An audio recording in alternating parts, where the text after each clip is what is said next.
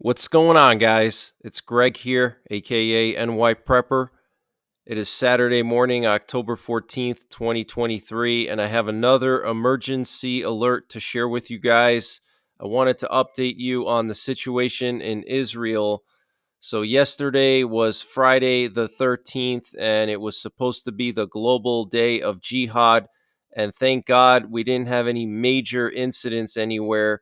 There were a lot of pro Palestinian protests going on in various places across the world, especially in the US and in Europe.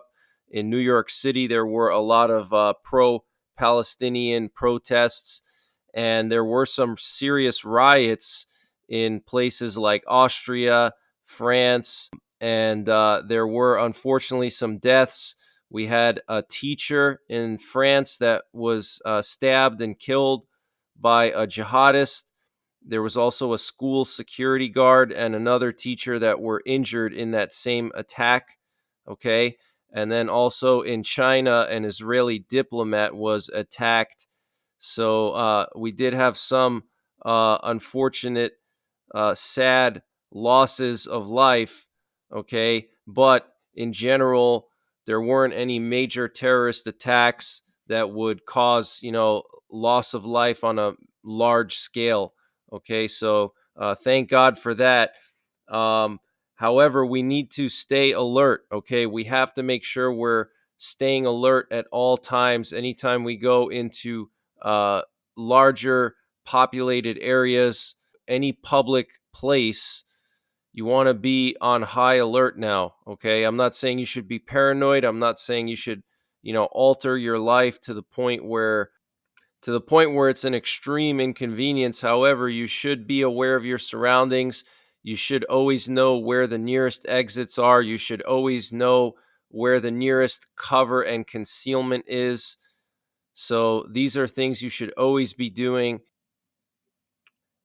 And also, if you live in a place where you can legally carry a self defense tool, you should do so. Okay. And you should do so 24/7 all the time. All right.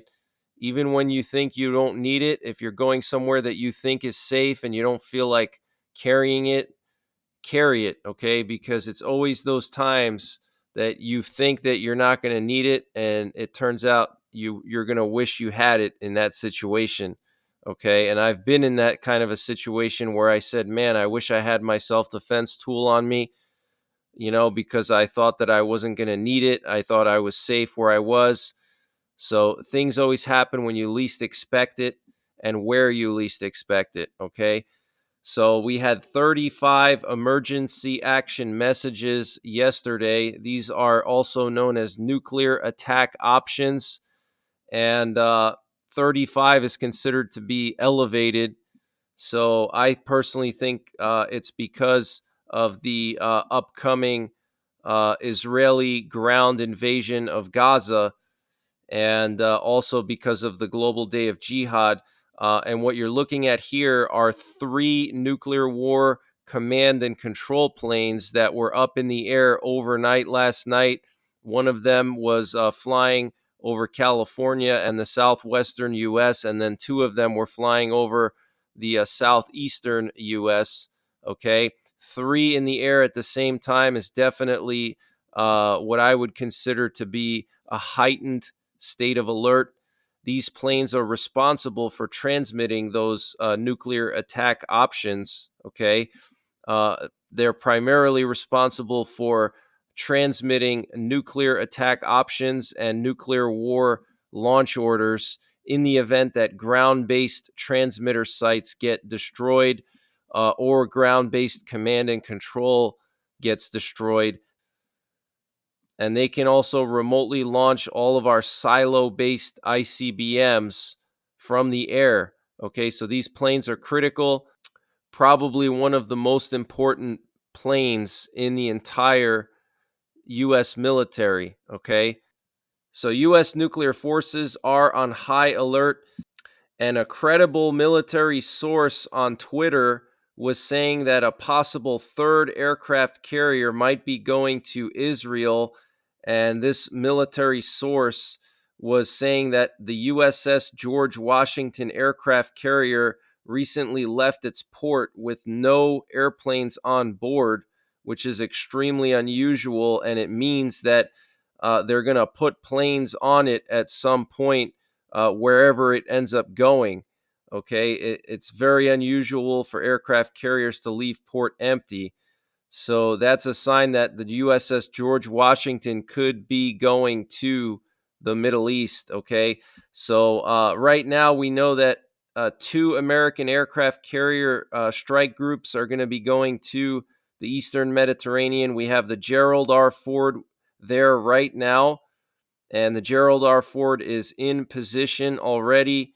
All of the fighter jets are within striking distance of the Gaza Strip and Lebanon and Syria. Okay, we know that the Dwight Eisenhower aircraft carrier and associated strike group is going to be going in that direction, and now possibly the USS George Washington, and also possibly the British Prince of Wales aircraft carrier. So that's a total of 4 aircraft carriers from the Allied forces going towards Israel.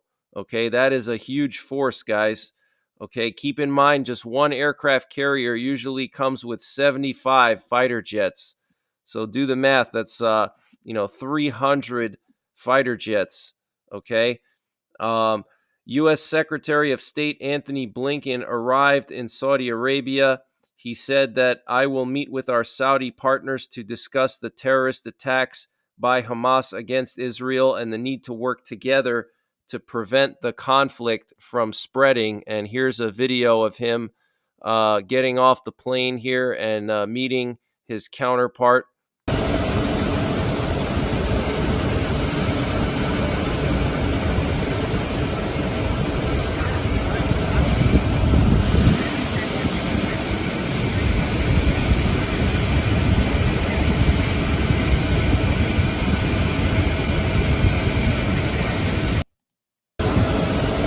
So there he is, and we have some interesting words coming from the mouth of Vladimir Putin.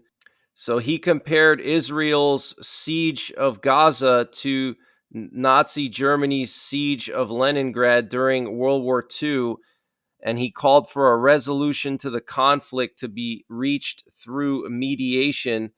And Putin said that Israel's siege of Gaza was unacceptable. Okay, so Putin is siding with Hamas. Okay, he's siding with terrorists. He's trying to protect them. Okay, but very interesting that he would compare that to the siege of Leningrad because he lived through the aftermath of that. So it's almost like a personal thing for him. It's almost like he's taking this personally. So that's kind of concerning. Russia has presented a resolution to the UN Security Council urging an immediate ceasefire in the Gaza Strip. Okay, Russia wants an immediate ceasefire in the Gaza Strip. Absolutely insane. The U.S. has urged Israel to delay its ground operation in Gaza until safe passage for Palestinians can be secured, a senior U.S. official told NBC News. The chief of Hezbollah, Hassan Nasrallah, said that we have a plan to destroy Israel that has been ready for 20 years, and we are looking to implement it soon. We are ready to take action against Israel. All our units are ready. So some strong words there coming from the chief of Hezbollah. Senior Hamas official Ali Barakeh told the Associated Press this week in Beirut that allies like Iran and the Lebanese Hezbollah will join the battle if Gaza is subjected to a war of annihilation.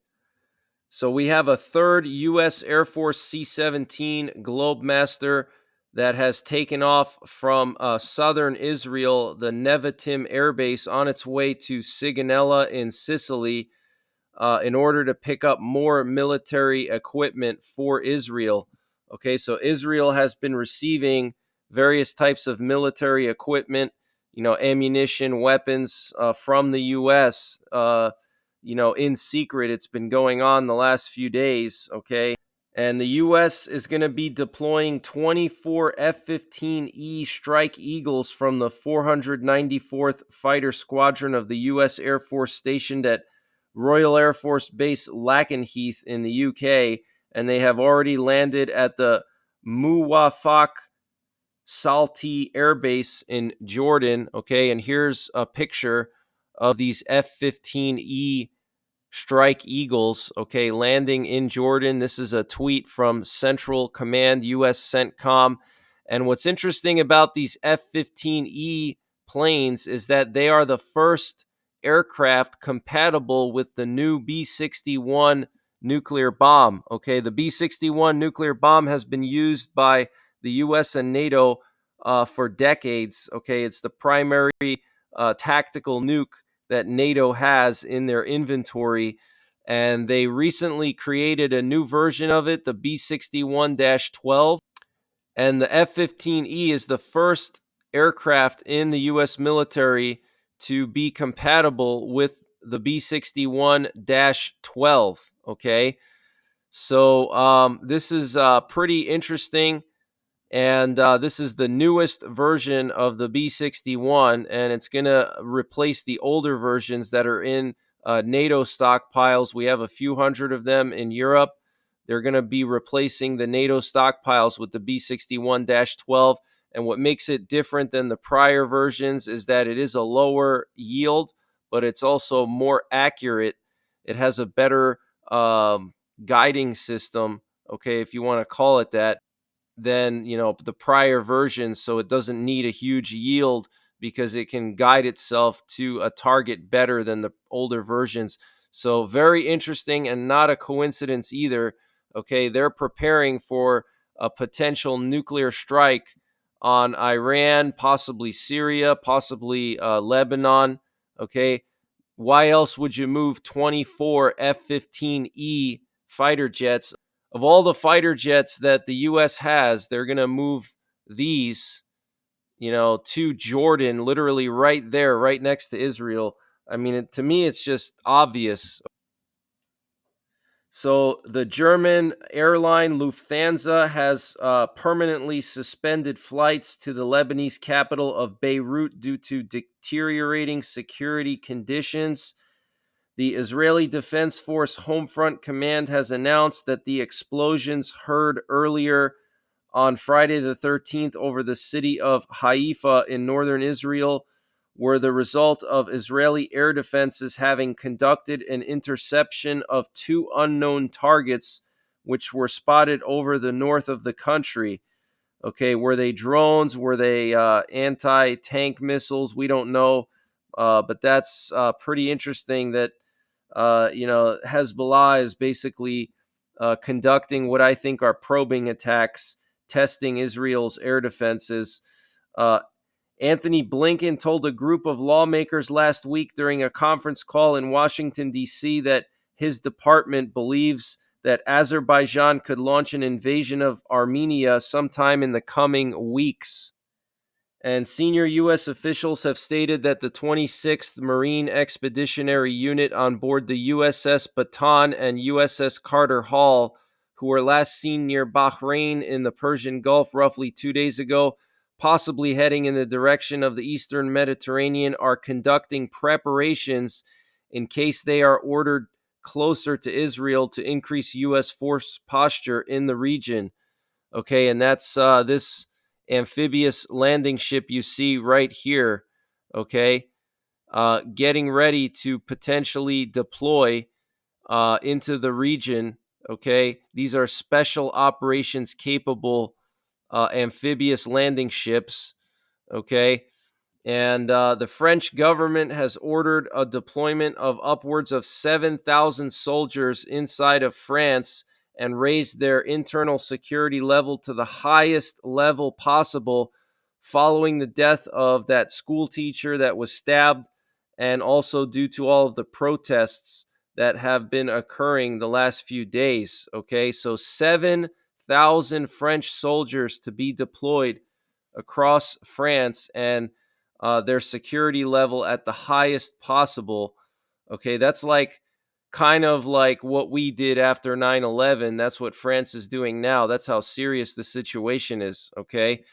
Governor Ron DeSantis of Florida on Thursday declared a state of emergency in Florida in response to the war between Israel and Hamas, with his office saying that the declaration allows the Florida Division of Emergency Management to bring Floridians home and transport necessary supplies to Israel.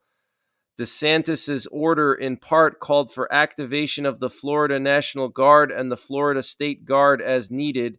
It also directed the Division of Emergency Management Director Kevin Guthrie to carry out a state emergency management plan and other response, recovery, and mitigation plans necessary to cope with the emergency, including any logistical, rescue, or evacuation operations. Okay. So that's pretty serious, guys. A state of emergency, okay, to evacuate people and to help Israel. I'd say that's pretty commendable. The only governor in the country to do that, by the way. The UN still does not label Hamas as a terror group. And next week, Ukrainian pilots will begin training on F 16s at a U.S. Air Force base in Arizona. Okay, so I want to just go through some flight paths with you guys. Here we have a constant Phoenix plane that was airborne over the Persian Gulf overnight. And this is a nuke sniffer plane. It can detect traces of radiation in the air. And it was flying super low over the Persian Gulf. And then we lost it on the flight tracker once it got out into the Arabian Sea. Where it went, I'm not sure. But this is the second nuke sniffer in this area in the past week, okay? And it was flying really low, meaning that it was probably trying to detect the presence of any nuclear subs in this area, okay? We still have a lot of international flights going to and from Israel. We have the Argentinian Air Force, the Peru Air Force, and the Polish Air Force going to and from Israel, picking up their people and evacuating them.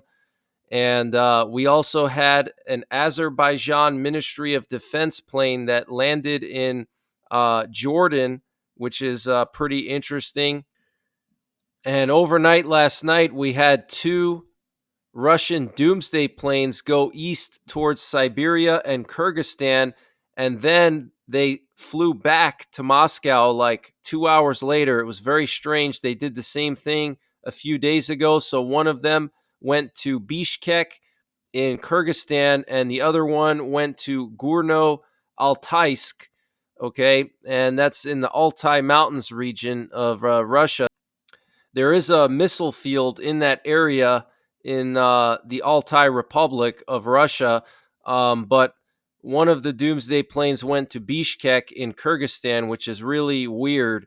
And this is the second time that a Russian doomsday plane went to Bishkek in the past week. So just very strange. So here you can see them both going out. And then literally just a few hours later, they were flying back to Moscow. So I don't know what was going on here. If you have any ideas, post it in the comments. I'd love to hear your thoughts on that. And the U.S. says North Korea has already delivered 1,000 containers of equipment and munitions to Russia. Okay, 1,000 shipping containers. That is just insane. And here's the headline from Politico of Blinken warning Azerbaijan may invade Armenia in the coming weeks. Okay, so that'll be another front that we're going to have to deal with. Hopefully that doesn't happen. We also have some breaking news that has come out in the last day or so that apparently Egypt was warning the Israelis that Hamas was planning an attack. So I guess the Egyptian intelligence was tipped off somehow, and they warned Israel that the attack was coming. So pretty interesting. And finally, I just want to share the sponsor for this update. It's My Patriot Supply. Guys, we're living in some really crazy times right now. and you need to make sure you have some emergency food in the event of some type of a calamity, whether it's nuclear war, whether it's an EMP, whether it's a nationwide cyber attack, whatever the situation is. You can't rely on grocery stores for food. You need to have food that's ready to eat stored in your home, and My Patriot Supply sells a 3-month and 2-week food supply. And if you use my link, preparewithnyprepper.com, you can save 25% off of their 3-month emergency food supply. Okay, it has everything you need for 3 months. Okay, over 120 pounds of food stored in 6 waterproof buckets. Okay, and I have 2 of them, actually, 2 of those buckets, and they're very solid. They don't take up a lot of room. It's freeze dried food, so it's not bulky like cans or rice or something like that. It's freeze dried, so the moisture is taken out. So as a result, you can squeeze a lot of food in a small space, and it has a 25-year shelf life. Okay, as long as you store them sealed, unopened, in a cool, dry area that doesn't experience a lot of temperature or humidity fluctuations, it'll last for 25 years. Okay, so you get yourself one of these 3-month food supplies and you're good to go. Okay, they also have a 2-week food supply, which I highly recommend if you're new to prepping. Get yourself the 2-week food supply. In the event of a nuclear war, that 2 weeks food supply would save your life. Okay, because if there's a nuclear war, you're going to have to shelter for 2 weeks inside of a fallout shelter until the radiation subsides. So you're going to need food. All right. So check them out. Use my link, preparewithnyprepper.com, to get the discount. The link is in the description below this video. And other than that, I'll keep you guys updated. I will be doing another update later on today, maybe 2 more updates. There's so much news coming in. So stay tuned to my channel. Make sure you're subscribed and hit the bell icon so you're notified when I upload these emergency updates. So take care, God bless, and don't forget the 3 Ps: prepare, practice, and persevere.